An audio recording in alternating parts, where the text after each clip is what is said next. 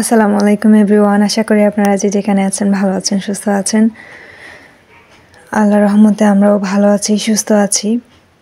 আজকে আপনাদের জন্য আর একটা ভিডিও নিয়ে চলে আসলাম। আসলে অনেক দিন পর আরেকটা ভিডিও তৈরি করেছি আপনাদের সাথে শেয়ার করার জন্য। তো আজকের দিনটা আমরা কিভাবে কাটিয়েছি সেগুলো দেখাবো।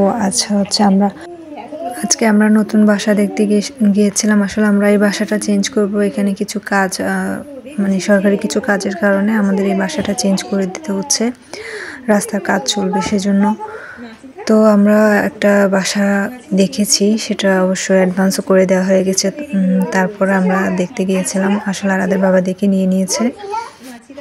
আমি বেগুন ছিলতে নিয়েছি ভর্তা করার জন্য। আরাদ বলছিল ও ছিলবে, তো ওকে সাথে নিয়ে এটা ছিলতে নিয়েছি। ওকে শেখাচ্ছিলাম আর কি কীভাবে করতে হয়। তারপর আমাদের বেগুন ভর্তা করা শেষ। আমরা এখন বেগুন ভর্তা দিয়ে ভাত খেয়ে একটু দুপুরের পরে আমরা বের হয়ে গিয়েছি বাসা দেখতে। তো আমি আর ডলি গিয়েছি, আরাদের বাবা আগে চলে গিয়েছিল। এখন আমরা লিফটের জন্য অপেক্ষা করছি। এরপর লিফট থেকে নেমে এখন আমরা বাসায় ঢুকছি। জানি না কেমন হয়, অবশ্যই ভিডিওতে জানাবেন কেমন আমাদের বাসা।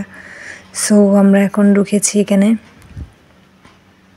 এই যে হচ্ছে বাসা। বাসা দেখতে এমনি বড় সড়ো মনে হচ্ছে। এখানে 3টা বেডরুম আছে, সাথে দুইটা মনে হয় বাথরুম। এটা হচ্ছে মাস্টার বেডরুমটা, যেটা একটু সব থেকে বড় আর কি। সব রুমের থেকে এটা বড়। এটাতে অ্যাটাচ বাথরুম আছে। এখানে আবার ব্যালকনির মতো দরজা আছে। এটা মনে হয় বারান্দা হবে আর কি। বারান্দা থেকে আবার দেখা যাচ্ছে এখানে রান্না করে যাওয়া যায়। এটা একটা ফেসিলিটিস বলতে গেলে গৃহিণীদের জন্য।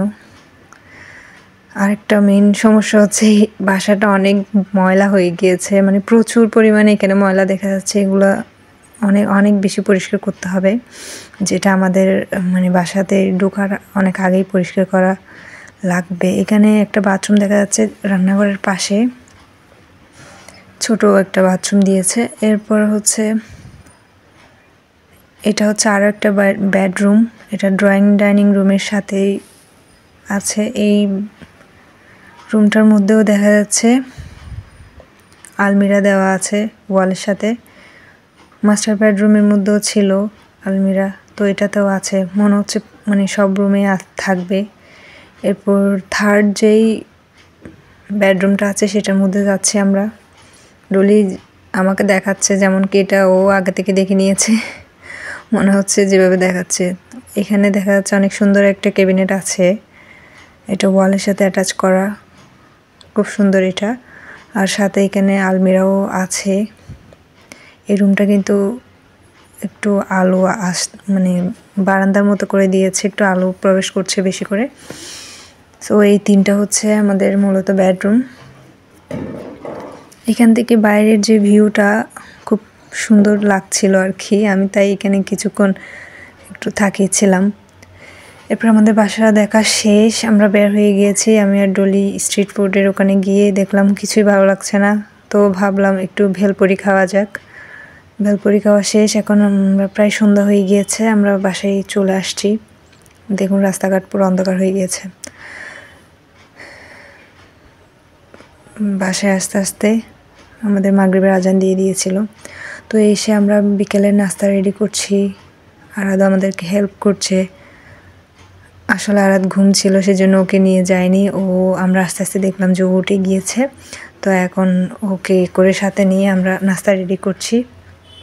এখানে আমি একটা নাস্তা বানাচ্ছি, যেটার মধ্যে ডিম আর ময়দা দিয়ে তৈরি করব। সেজন্য আমি এখানে পেঁয়াজ কেটে নিয়েছি, কাঁচামরিচ, টমেটো এগুলো দিয়ে 2টা ডিমকে আমি ভালোভাবে ফেটিয়ে নেব। আরাদ আমাকে ডিম ফাটার কাজে সাহায্য করছে। ও আসলে ফেটছিল না, ও চাচ্ছিল যে ডিমের কুসুমটা যেন ওখান থেকে বের করে নিয়ে ফেলা যায়।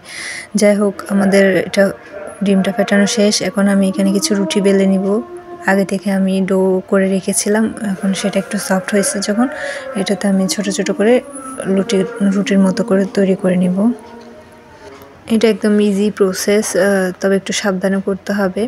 রুটি প্রথমে একটা বানিয়ে এর মাঝখানে হচ্ছে ডিম পুড়ে দিয়ে উপর দিয়ে আর একটা রুটি দিয়ে চাপ দিয়ে মানে একটা কোনো একটা কিছু খাঁজ দিয়ে রুটির শেপ করে নিতে হবে। দেখা যাবে ওটা অটোমেটিক লেগে গিয়েছে, এটা আর কোনো চেপে চেপে করার মানে দরকার পড়বে না। যদিও আমার প্রথমটা এভাবে করে লেগে গিয়েছিল, পরেরগুলো আমি একটু ফুলির মতো করে ফুল করে দিয়েছি। এরপরে কিছু প্যানকেক তৈরি করেছি। আমরা অবশ্যই বাসা চেঞ্জ করব মার্চের প্রথম দিন, মানে 1 তারিখ আর কি। তো আমাদের হাতে একদম সময় নেই, তাই আমরা প্রতিদিন কিছু না কিছু গুছিয়ে রাখছি, কিছু না কিছু পরিষ্কার টরিষ্কার করে একটু গুছিয়ে গাছিয়ে রাখছি আর কি, যেন তাড়াহুড়ো করতে না হয়, সব কিছু ইজিলি হ্যান্ডেল করা যায় কি বলে। তো আমরা সব কিছু একটু একটু গুছিয়ে নিচ্ছি। তো ভিডিও যদি ভালো লেগে থাকে তাহলে অবশ্যই লাইক দিবেন, চ্যানেলে নতুন হলে সাবস্ক্রাইব করতে ভুলবেন না। পাশে থাকার জন্য অসংখ্য ধন্যবাদ। সবাই ভালো থাকবেন। আল্লাহ হাফেজ।